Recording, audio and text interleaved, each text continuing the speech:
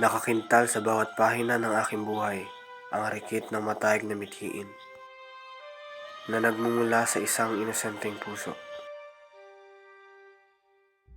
Ang tila mahika na bumabalot sa aking kabataan. Ang walang humpaw na pag-uuhaw sa pagtuklas ng liwanag sa bawat dilim.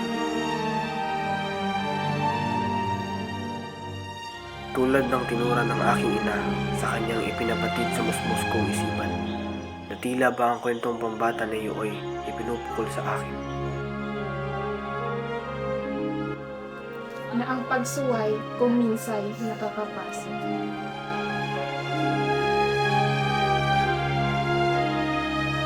Ang kawikaang iyon na siyang naging hudyat sa pagsisimula ng intayog ng aking pluma. Ang hindi magmahal sa kanyang wika, mahigit sa hayop at malansang isda. Kaya marapat na pagyamaning kusa, na tulad ng inang tunay na nagpala. Pagbabalik tanaw, tila ako'y isang gamo-gamo na naakit sa liwanag ng isang lampara.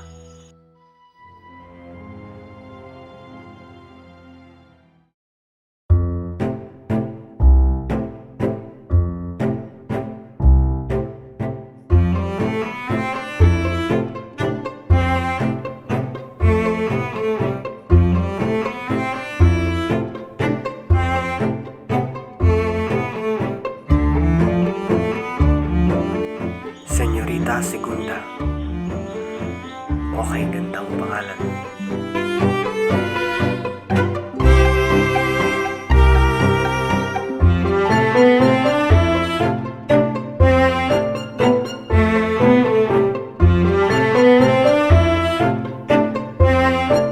Pangalawang liwanag sa aking buhay.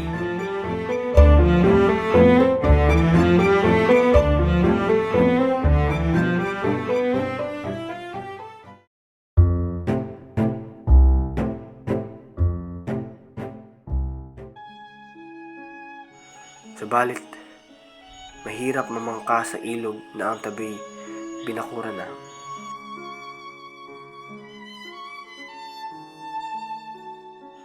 Ayokong matulad sa gamo-gamong napaso. Kaya ako'y nagparaya. Sapagkat batid kong ito'y di tulad ng isang kalapati.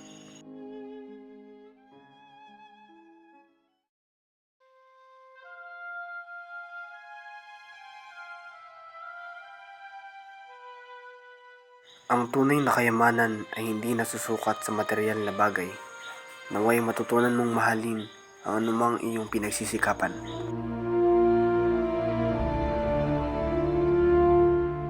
Ang pagkakaroon ng dunong at kitagan sa lahat ng oras ay siyang tunay na may pagmamalaki mo.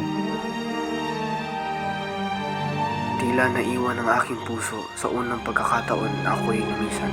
Subalit nakalakip sa aking buong pagkatao ang mga aral at tagubilin mula sa aking pinagmulan, na siyang aking magiging sagwan sa pamamangka sa banyagang ilog. Sa huwad ng bagong umaga, hangin ng bagong hamon ng sisimoy, mga kaalaman na naghihintay lamang na sungkitin. Maging tapat ka sa karunungan. Kung saan ang higit na kailangan disiplina. Ginugol ko ang oras sa bawat pahina na mas nagpamulat sa natutulog na damdamin at hadikain. Ang talim at bugso ng kapalarang tunay ngang sinuman ay di maiwasan.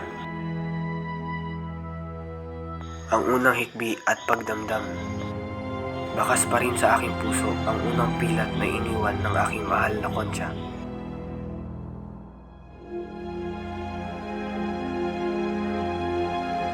Maagang pinalaya ang aking Concha.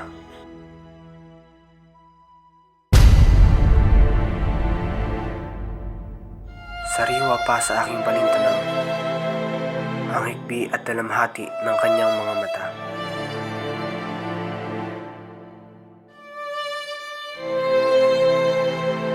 Ina!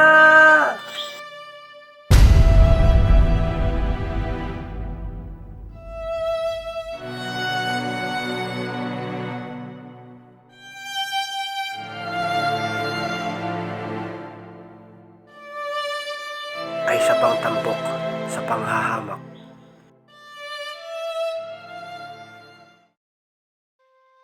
Ang bawat tintang iniiwan, isinasalaysay ang dangkal sa dekada, kung saan umaalingaw ang aking kabataan. At tinawag sa likod ng bakod sa pinagmulan. Mga pasaring at pangaalipusta na aking namasdan.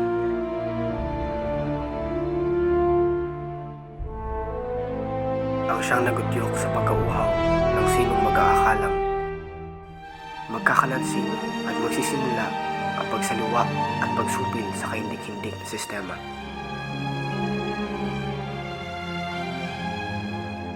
Tinabig ng kawalan ng hustisya ng revolusyon.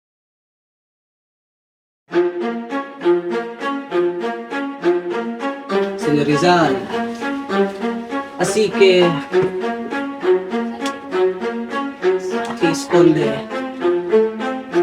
te esconde todo el tiempo.